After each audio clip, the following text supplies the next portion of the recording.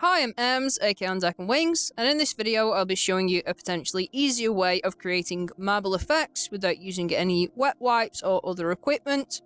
Please do like, comment and subscribe, it really does help my channel and I'm super grateful.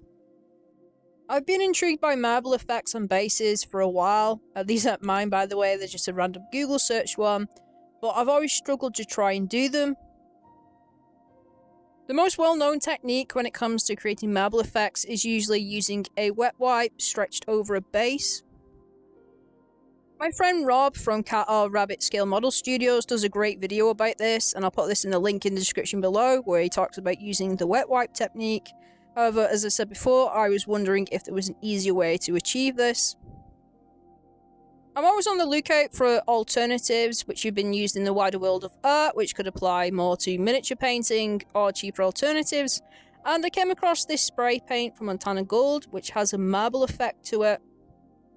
So I tried this out on a piece of paper first, and I wasn't impressed by it. It was too splotchy and didn't really work out the way I wanted it to. However, I tried it out again, changing some of the ways I approached it, which I'll talk about in a little bit.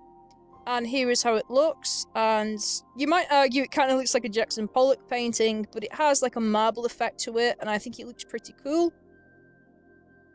So I wanted to see how it actually looked on some bases, and I was quite impressed with these. I think they look pretty cool, and they do have a marble effect to them. I probably should have had more of a glossy white finish first of all, before I sprayed this over the top of it. But I am quite impressed with how these look. There are some instructions on the back of the can, and I would highly recommend you read these before using it.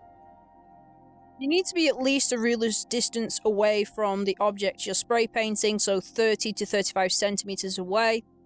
And I would recommend as well doing this in very small controlled bursts.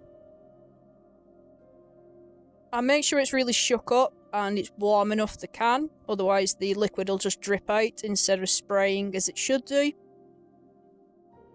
The nozzle on the lid actually turns, so you can change the direction of how it comes out the paint. However, it's a bit tough to do, so I would recommend using some pliers or scissors, just make sure you don't break it.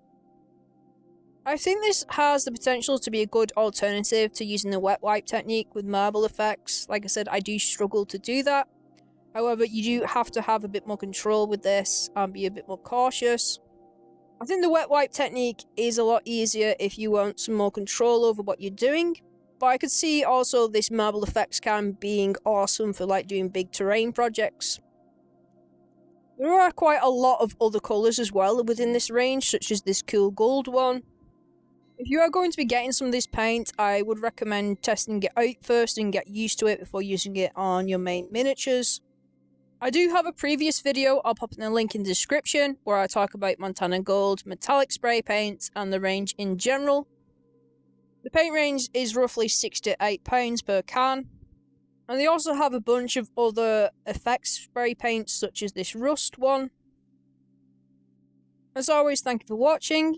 If you would like to support me, I now have a range of t-shirts out, as well as stickers. I'll put the link in the description below where you can get those. Otherwise, you can support me over on Patreon. I'll put that in the link in the description below too. As always, thank you for watching. Remember to enjoy your hobbies for yourself. Respect that people enjoy them in their own ways. And at the end of the day, they're just Wardollies. I will see you in the next one.